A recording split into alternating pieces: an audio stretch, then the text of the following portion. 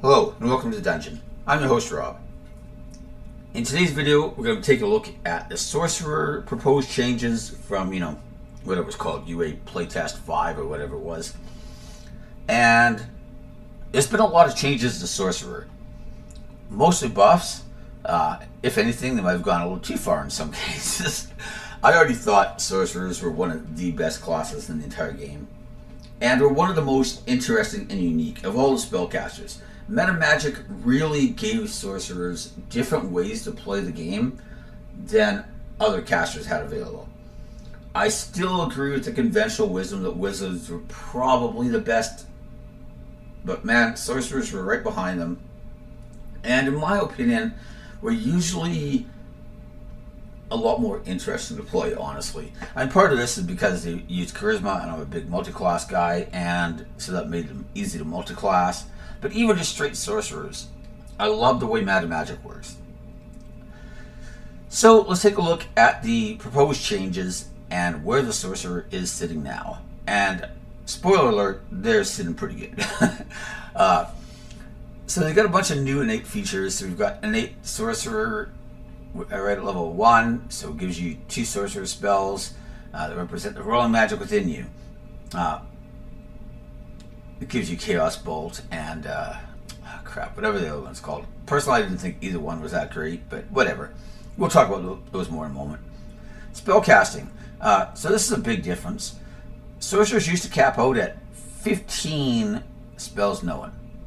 Now they will cap out at 22, although they're now called prepared spells, but whatever. This is a big change. And I want to talk about this a little bit because I feel like this was a legitimate issue for sorcerers. They did not have a lot of spells known. But it's also an issue that I think sometimes got overstated or exaggerated. Because if you look at bards had a pretty similar number of spells known, and I hardly ever saw anybody complain about bards. Now granted, bards can get magical secrets, so that did give you a few more here and there, but most of them are pretty high level unless you were a lore bard, right? Like level 10 or 18, in order to get them. Or 14, I guess, as well. But anyways, the point is that they were pretty high level, and, in my opinion, I think it was sometimes a little overstated. But it was still an issue. So it is good to see it get resolved and to get sorcerers more spell slots.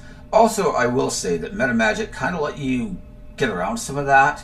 Like, you could twin a spell, and now, you don't have to worry about having more spells. You just use one spell twice.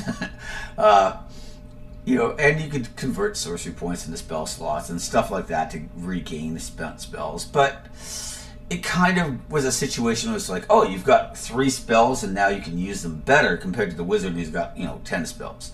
So I do get that. But like I say, I sometimes, even though it was an issue, I sometimes think it got exaggerated as to how bad it was. But anyways, moving on. Font of Magic now has sorcerer spell slot prerequisite for creating each spell slot. So, you can't have like a couple levels of sorcerer and then be using it with, like, say, I don't know, like warlock or somebody like that, to get your spells back on a short rest, for example, right? Those spells now have to have a sorcerer level prerequisite. Meta Magic is moved from 3rd level to 2nd level. It also gives you 3 options instead of 2, and you get 3 more 13th level. It also lets you change when you Meta Magic options after each long rest. This is very nice. And Meta Magic is what makes the class cool and interesting, so getting more of it just gives you more options. Another thing too, like when we got Tasha's, there was the Meta Magic Adept feat. And it kind of felt like if you were playing a sorcerer, you basically had to take that feat. Like, it was almost a prerequisite. And frankly, nothing should ever be a prerequisite to take. Like, yes, if you want to make a polearm fighter, you're probably going to need to take some polearm related feats. But you don't have to take polearms if you're a fighter. It kind of felt like you needed to take Meta Magic Adept if you were a sorcerer, because it just gave you so many better options. It was just kind of a waste not to. And I would way rather see that built into the base class than have to come through feats. Anyways, Sorcerer's Vitality is a new 5th level feature. Arcane Eruption is a new 7th level feature. Sorcerer Incarnate is a new 9th level feature. Lots of new features. Sorcerer's Restoration is moved from 20th level to 15th level, and it now also restores some sorcery points when you roll initiative. Which is nice as well, because it means you're encouraged to use your sorcery points, not try to bank them all just in case you have the big boss fight, right? It means you can actually do cool sorcerer stuff much more often. Anyways, Arcane Apotheosis is a new 18th level feature, and it's probably completely broken. Sorry, I had something in my throat there. Epic Boon is a new 20th level feature that increases ability score, raises that score's maximum, and gives an Epic Boon feat. So if we look at Sorcerer, we still have the typical. We've got the D6 hit dice. We've got our Constitution and Charisma saves. We have simple weapons only, no tools, and of course, no armor, just as you would expect a Sorcerer to have. Multi-classing, still need a 13 to multi-class in or out. Our spell slots, so it talks about multi-classing rules, pretty much unchanged there. So our class features. Level 1, Innate Sorcery. An event in your past left an indelible mark on you, infusing you with a simmering magic that is sometimes challenging to control. It feels like every sorcerer now is just going to be a wild magic sorcerer from the descriptions and the fluff. Even though they're not. Anyways, you always have the spells Sorcerer's Burst and Chaos Bolt prepared. So what the heck, I'll go on another tab. We will look at those right now. So, well, I guess we got Chaos Bolt first. So this is actually reverse order, because this one's the first little spell, the other one's a cantrip, but whatever, it's all alphabetical here. So, you hold I mean, we already had this spell, it's not really any different, right? But anyways, you hurl a mass of chaotic energy at one creature in range, you make a ranged spell attack against that target. On a hit, it does 2d8 plus 1d6 damage. Choose one of the d8s, the number rolled also determines the damage type. So, we've got our different damage types. If we roll the same number on both d8s, the chaotic energy leaps from the target to a different creature of your choice within 30 feet of it. Make a new attack roll against a new target and make the new damage roll, which could cause the chaotic energy to leap again. The creature can be targeted only once by each casting the spell. So it does mean you can't bounce it back and forth. Also, the spell scaling, the d6s increase with each spell level above the first, but not the d8s. So overall, the fact that you don't get to choose the damage type when it's random, well, granted, that does fit the theme of the spell, so I'm not complaining with that. I'm just saying that as a spell choice compared to other ones you could have made, in general, I think it's okay, but I think it's a little on the weaker side. You can't decide whether or not it's going to bounce to a new target, right? That's just completely random. You don't get to pick the damage type. And, the damage for a first level spell is pretty decent, but the scaling is, it's a single target spell, right? It's just, I don't know. It's okay, but it's definitely not great, in my opinion. Sorcerer's Burst. So, it's a cantrip. Range 120 feet. Basically make a range attack roll. On a hit, it takes d6 damage. If you roll a 6, then you roll another one. So in other words, it has exploding dice, right? You can get a maximum number of explosions equal to your spellcasting ability modifiers. If you have a +3, then it means no more than 3 extra dice. But you could have a +5 or even 6 eventually, right? You get to choose a damage type for this spell, which is nice. Especially if you happen to know that creatures have certain resistances or immunities or vulnerabilities. And it scales like most cantrips, to an extra die at 5th, 11th, and 17th levels. So, exploding dice is cool and fun, but mathematically the spell's damage is just straight up worse than like a firebolt. I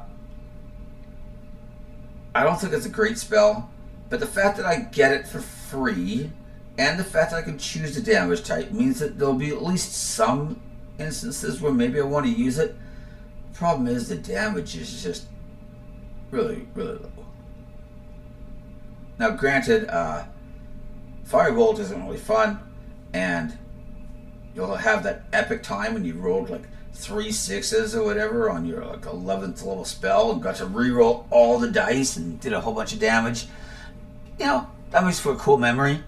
So at least there's that aspect of it.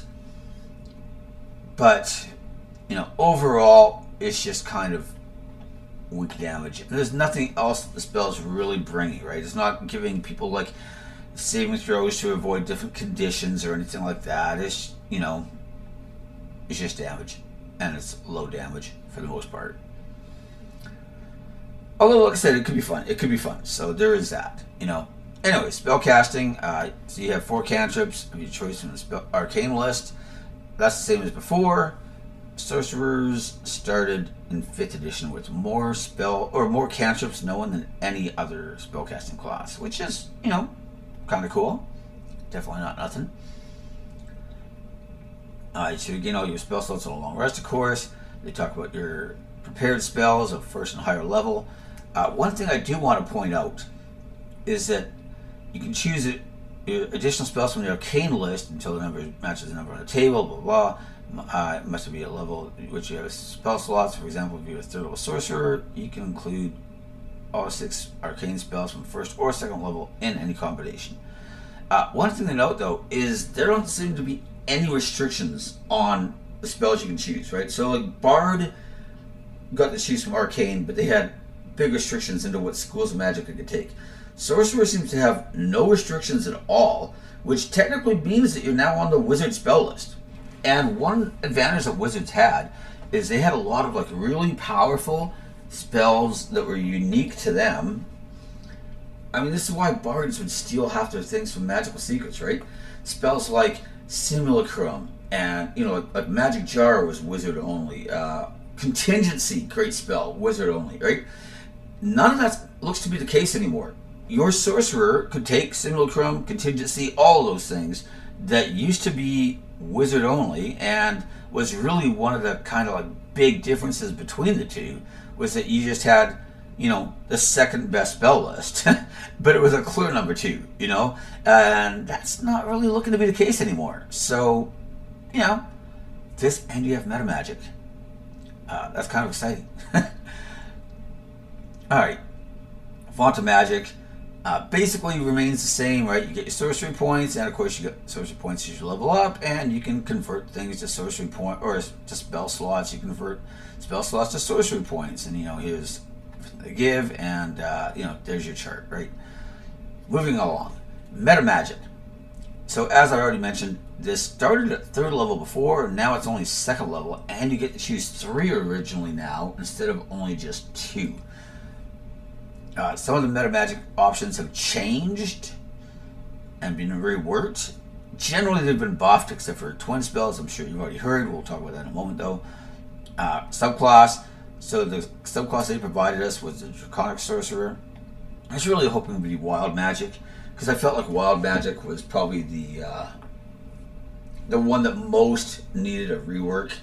But whatever, it's fine. Anyways, level 4, feet. Level 5, Sorcerer's Vitality. I guess we'll look at that because it's a spell. Here we go. This is a 3rd level spell. Takes an action. Range yourself. You draw on your innate magic to fill yourself with vitality. You regain a number of hit points equal to 2d6 plus your spellcasting ability modifier. And if you have any of the following conditions, they end on you: blinded, deafened, and poisoned. And of course, you can scale it up to heal even more. I will say that I find this very underwhelming. Don't get me wrong, the ability to heal yourself will be useful in some circumstances. I'm not saying that. Being able to remove those conditions will be useful under some circumstances. But they're pretty circumstantial and rare, and it's just not a lot of healing. Like, even if you have, I mean, you're going to have this at like level 5, right? So let's say you have a +3 modifier, right, from your charisma. So you're looking at healing for 10 with a 3rd level spell slot.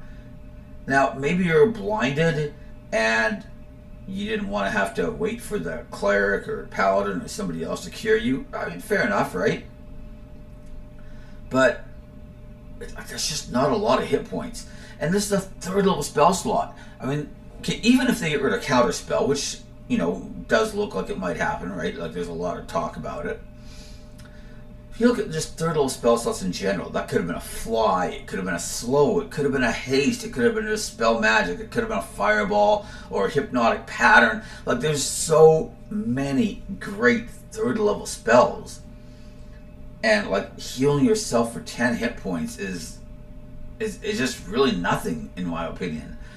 Like I said, there will be times when maybe you're blinded or poisoned and you're like, yeah, okay, I need to heal myself, and maybe nobody else can do it, or maybe the cleric just acted and now you're gonna have to go all the way through the entire round back to the cleric again. Plus, we all know your cleric's a war cleric. He's not gonna be healing you. He's gonna be smashing somebody for minimal damage with a mace. I mean, come on. Why would you want to heal the party sorcerer? You've got plenty of hit points. You've got a D6. Okay, well, maybe not plenty, but you've got some. You've got some. So, his job isn't to heal. He's a war cleric. It's right there in the name. It's war. So you might need to heal yourself.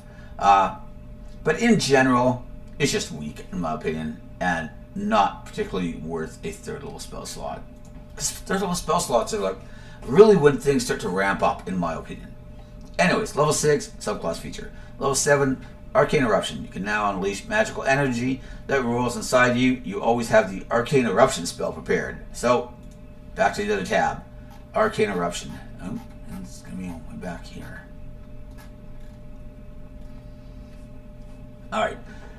Churning magical energy explodes in a 20-foot radius sphere centered on a point you choose within range. When you cast a spell, you select a damage type from the explosion: acid, cold, fire, lightning, poison, psychic, or thunder. Each creature in the sphere must make a Constitution saving throw. On a failed save, takes 6d6 damage of the chosen type. On a successful one, it takes half as much. Choose one of those d6s.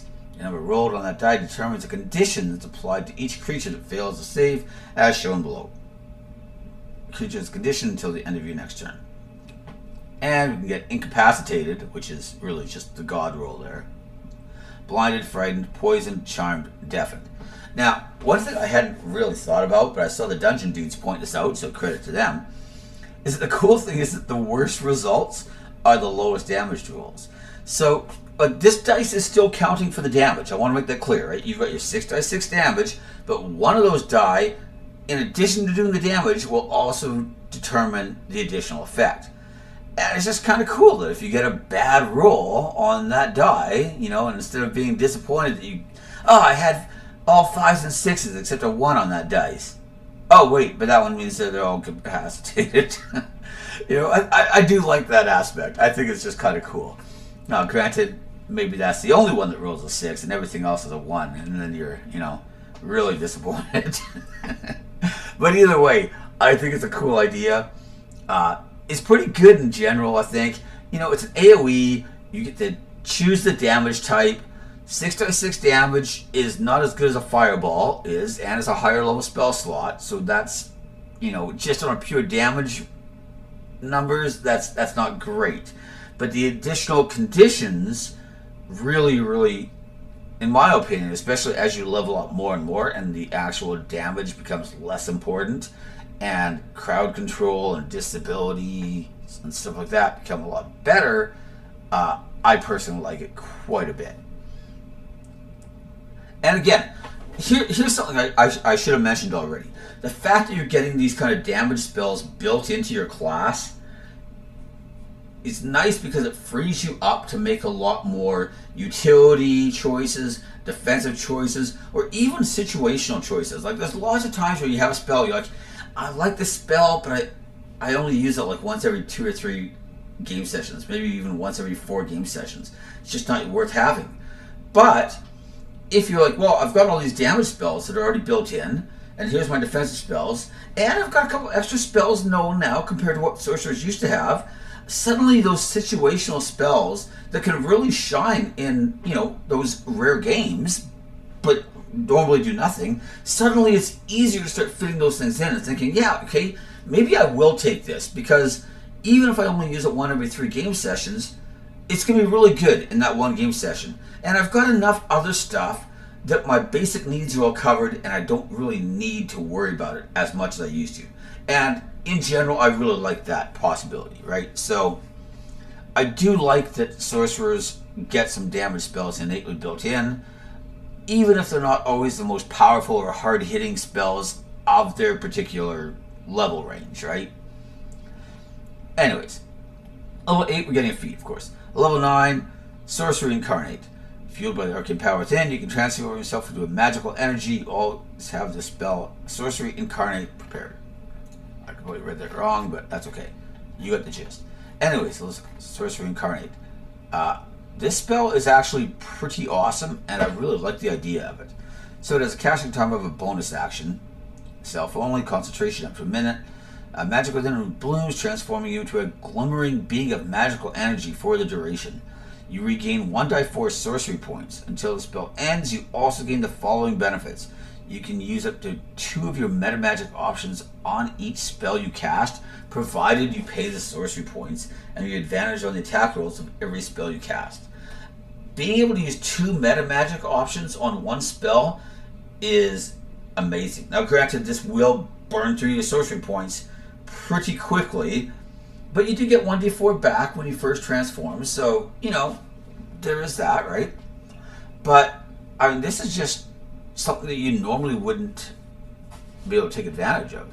And then having advantage on the attack rolls, you know, I remember talking about a sorcerer build using just like Scorching Ray, right?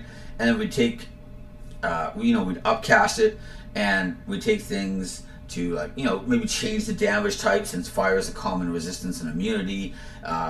We'd do things to augment the damage, like combine it with maybe Hexblade Warlock so that you could get the Hexblade's curse, right? Things like that, right? And then it was like trying to find ways to get advantage. You can just have advantage innately. And upcast, spells like that, which require a lot of attack rolls, but can do a lot of damage, and suddenly you're just getting way more mileage out of it. Personally, I really love the idea of being able to combine meta magics as well. Anyways, level 10, we're getting a subclass feature. Level 11, nothing. Level 12, feat. Level 13, we're getting 3 more meta magic options. So again, this is already way better than what we had before. 14, we're getting our subclass feature. 15, we're getting Sorcery Restoration, which used to be a level 20th feature. So you would gain 4 sorcery points whenever you roll initiative or finish a short rest. So, like I said, there's really no incentive now to just pull, because that used to happen sometimes, right? You had limited sorcery points, you might use a few of them here and there, but then usually be like, oh, we got the big boss fight coming up, I need to save my sorcery points. Well, this at least encourages you to have fun with the class and use your sorcery points along the way, because you're going to get them back anyway when you roll initiative. Anyway, 16, feat, 17, nothing, although you do get 9th level spells, so, saying nothing is misleading. 18th level, Arcane Apotheosis. This feature is ridiculous. You're now so infused with magic that you can alter reality itself. You always have the Wish spell prepared, and if you undergo the spell's casting stress, you have no chance of losing the ability to cast the spell. So, really quickly, when you cast Wish before, you could do pretty much, well, there's a lot of things you could do with the spell, of course, but some of them would give you a chance of just permanently losing the ability to cast Wish. You can just ignore that now. So the main thing people did with Wish was use it to duplicate spells of 1st through 8th level. So here we are, second paragraph. In addition, you can cast Wish to replicate a spell of 1st through 8th level without expending a 9th level spell slot. You instead expend a spell slot of the replicated spell's level. Once you use Wish this way, you can't do so again until you finish a long rest. So, you could cast, let's say, Force Cage, and use a 7th level spell slot with your Wish, instead of using your 9th level spell slot with your Wish.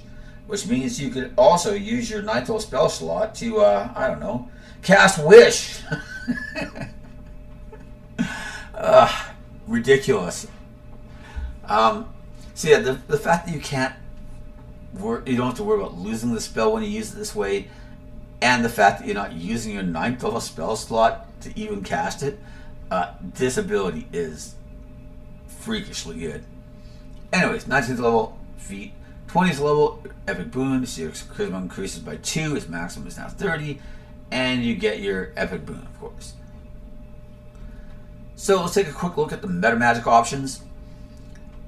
Here's a summary of the main changes. So Careful Spell now prevents an affected creature from taking half damage on a successful save. So before, like, you could cast Fireball on all the targets, right? And if you're, you rolled a 3 on your initiative, so the Paladin, the Barbarian, and the Fighter are already all up in the orcs' faces, and then you wanted to cast Fireball and blow up half your own party, you could use Careful Spell, allowing them to take, half damage. Now it's like, no.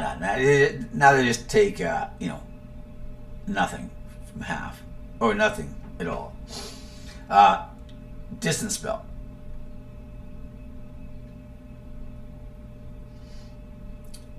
Spells increase by a number of feet based on your sorcerer level rather than doubling the spell's range. For most spells, this results in a greater increase than before.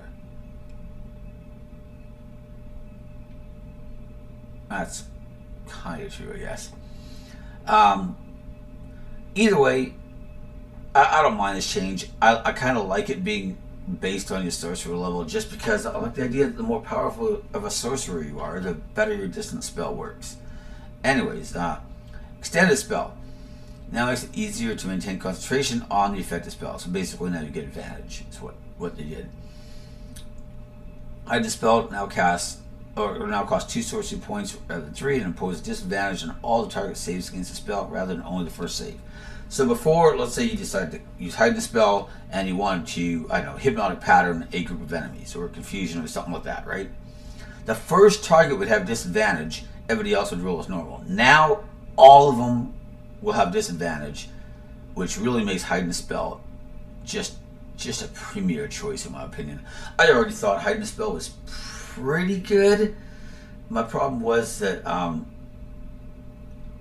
there were just other choices that I thought were always better. But it was like, my third or fourth pick, right? It was one that I chose a lot. It just wasn't really my premier go-to pick. This makes it a lot better than it was before. It's just because you could use big crowd control effects and be pretty confident that they're going to land on the vast majority of the targets. Anyways, Quicken Spell now includes a clarification on how it interacts with the game's general rule on the casting bonus action spells. We discovered that some players read Quicken Spell as an exception to that general rule, which was not our intent. Yeah, I mean, even all these years later, I still had people who didn't understand how Quicken Spell properly functioned when you were trying to cast,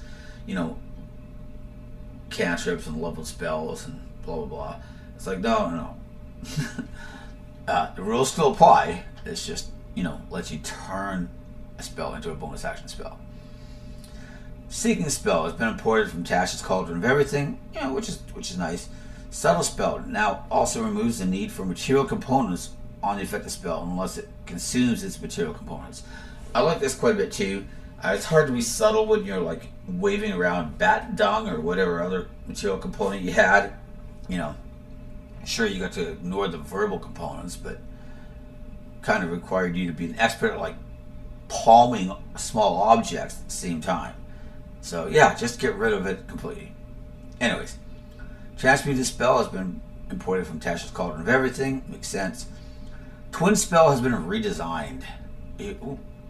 Let's just read the actual description here. Actually, we'll read both because it turns out that their quick glance is more detailed than the actual thing. Alright, so the 2014 version was way too powerful since it basically allowed you to cast 2 spells on the same turn as in Quicken Spell, and to cast the extra spell with a sorcery point discount. For example, a third level spell slot only cast 5 sorcery points, but in Twin Spell it only costs 3. The targeting limitation Twin Spell failed to contain how overpowered the option was and caused confusion. The new version of Twin Spell keeps the sorcery point discount with Quicken Spell carrying the extra spell on a turn weight. This redesign has allowed us to remove the targeting limitation that Twin Spell had before. So, and now with a variable spell cost of 1 to 5 sorcery points, it used to just be like whatever the spell level was, that's what it cost, right?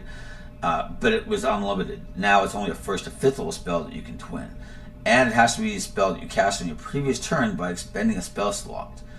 So, for example, so now you can fuel up by casting sorcery points instead of the spell slot, right? So here's an example. You cast Fireball, you hit a bunch of orcs, right? The next turn you decide you want to twin that Fireball. You now recast Fireball, but you do it with your sorcery points rather than the spell slot. I mean, it's not terrible, but I just think that there's so many better options now. And like, maybe I'm in the rare camp where I felt like twin spell, while powerful, I felt like it was fairly well balanced by the fact that it became very, very expensive to twin spells of higher level. Like, yeah, twinning something like haste was pretty nice, right? But twinning something like foresight, that was basically your entire allotment of sorcery points almost, you know? So, I don't know, like for me, I always thought Twin Spell was powerful, but I never thought that it was like way, way, way too powered. And maybe I'm wrong. Maybe I'm wrong. I personally kind of thought that Quicken Spell was as good or better. Mostly because it was cheaper, right? I think the effect of Twin Spell was better, but I felt that it was balanced by the high cost of twinning spells. Who knows? Maybe I'm wrong, you know, but I never thought it was that bad. Anyways, it did give you a lot of interesting options. Things like Death Ward, for example, right? That was a spell I didn't see a lot of people really ever twinning, but then we had a campaign where I had a paladin sorcerer who got high enough to cast Death Ward, and I would cast it while on my steed and twin it to another party member, so me, my steed, and the other party member would all have Death Ward. You know, like that was kind of cool. You know, now I'd have to cast Death Ward on my turn and then recast Death Ward again, which is just never happening. Anyways, like I said, overall, I'm pretty happy with how things have worked out. I think Heightened Spell has really gained a lot of power. That would probably be the big winner in my opinion. That would be the one that I would say has improved the most. Well, Twin Spell, of course, has, you know, fallen the furthest. Anyways, this video is going to take forever. So on to the Draconic Sorcerer. So at level 3, we're getting our Draconic Resilience. So we're getting 1 extra hit point. Well, we get 3 hit points right away and 1 per sorcerer level, right? So basically turns out to 1 per level. That's the same. You also have your scaly dragon-like skin. So while you aren't wearing armor, you have a base armor class equals 10 plus your dexterity modifier plus your charisma modifier. Now, in general, if you have the option of wearing armor, armor usually just ends up being better. Plus, you can find magical armor. You're not going to find magical skin grafting. But this is, you know, better than nothing. So if you want to just play like a pure sorcerer, the extra hit points and the extra armor do make you a lot more resilient than others. Anyways, dragon speech, so you can understand all creatures of the dragon type and you understand the communication. I wish it extended to reading, but it only says your speech. I wish you could just read Draconic as well. Anyways, elemental affinity. So you can choose one of the types associated with dragons. You have resistance to that type, and whenever you cast a spell that deals damage to that type, you can add your charisma modifier to one of the damage rolls. Mostly unchanged, but the resistance is now just permanent. Whereas before, you had to, you know, spend points to activate it, which is kind of weak. So, you know, this is just much better. Draconic Exhalation. Once per turn when you cast the Sorcerer's Burst spell, I don't know why you'd cast that once per turn, but anyways, you can exhale it in a 15-foot cone rather than selecting a target within range. To cast the spell this way, you must choose a damage type associated with your elemental affinity feature. When you do so, you make a separate attack and damage rolls against each creature in the spell's cone. It is kind of cool. I shouldn't say that. And at level 11, your Sorcerer's Burst will scale, doing slightly more damage again. And, you know, if you do hit a cone of guys, the chance that, especially if you roll for all the damage separately, but we don't, we just roll for it all in one big shot. I was going to say the chance to get exploding death on somebody are pretty good. Overall, though, I don't think that feature is great. But, you know, there might be times when using it's not the worst decision you could make. Anyways, 14th level, you get your wings. Your innate magic now manifests as spectral dragon wings on your back. I just like actual dragon wings. I am a dragon sorcerer, you know. While your sorcery incarnate spell is active, you spread those wings, gain a fly speed equal to your speed, and can hover. In addition, at the end of each of your turns, you can flap the wings to unleash magical energy, dealing damage to each creature in your choice within 50 feet of you, that equals your charisma modifier, and it's the damage type associated with your elemental affinity feature. I guess spectral wings does fit, since you can only use it using your sorcery incarnate. The previous version of Dragon Wings was way, way, way better. Now, who knows, maybe they just didn't want to give you permanent concentration-free flight. I mean, I can kind of see that. It was really, really good. But it's also a, you know, pretty high-level ability. This one requires you to be using the Sorcerer Incarnate spell, which, as I said, is a great spell, so no problems there. It's just, you know, now I have to use that if I wanted my wings, and I don't know how great that is. Anyways, that's everything for this video. Overall, I think the sorcerers were already in a pretty good place. I've mentioned this in other videos as well, but I feel like sorcerers are one of the most improved classes that we got between, you know, where we started with the player's handbook through to Tasha's, the addition of a lot of subclasses, the addition of things like Clockwork Soul and Avid Mind giving you more spells really alleviated some of those issues, and some of the spell choices were really excellent. The addition of things like more meta magics, things like the meta magic adept feat, you know, like sorcerers really, really got a lot over time, which I think was nice. They were already a pretty decent class, but they were clearly behind wizards, and I think the design was to try to kind of bring them up closer to the wizard level. And by the time 5th edition, like to the point where we had Tasha's, I think they pretty much succeeded with that. You know, I really feel like the two are very equal. If anything now, sorcerers are ridiculously good. But, you know, that's okay. Magic's fun. Sorcerers are fun. I love meta magic. I would have really liked to have seen Wild Magic be the one that was released here, because like I said, I feel like it was the one that most required an update, you know. But whatever, it's okay. I'll take what I can get. Overall, I think Sorcerer looks very strong and it's in a very good place, and getting access to the full arcane spell list is really, really good on a class with meta magic, especially allowing you to really play with a lot of those other kinds of spells. Anyways, that's everything. Thank you for watching. Feel free to like, subscribe, ring the bell for notifications, and most importantly, leave your comments in the comment section. I look forward to reading them.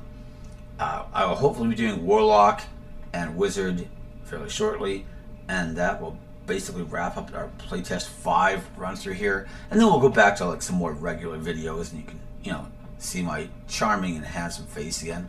Okay, well, it's neither one, but that's fine. Anyways, that's everything. Thank you for watching. Bye.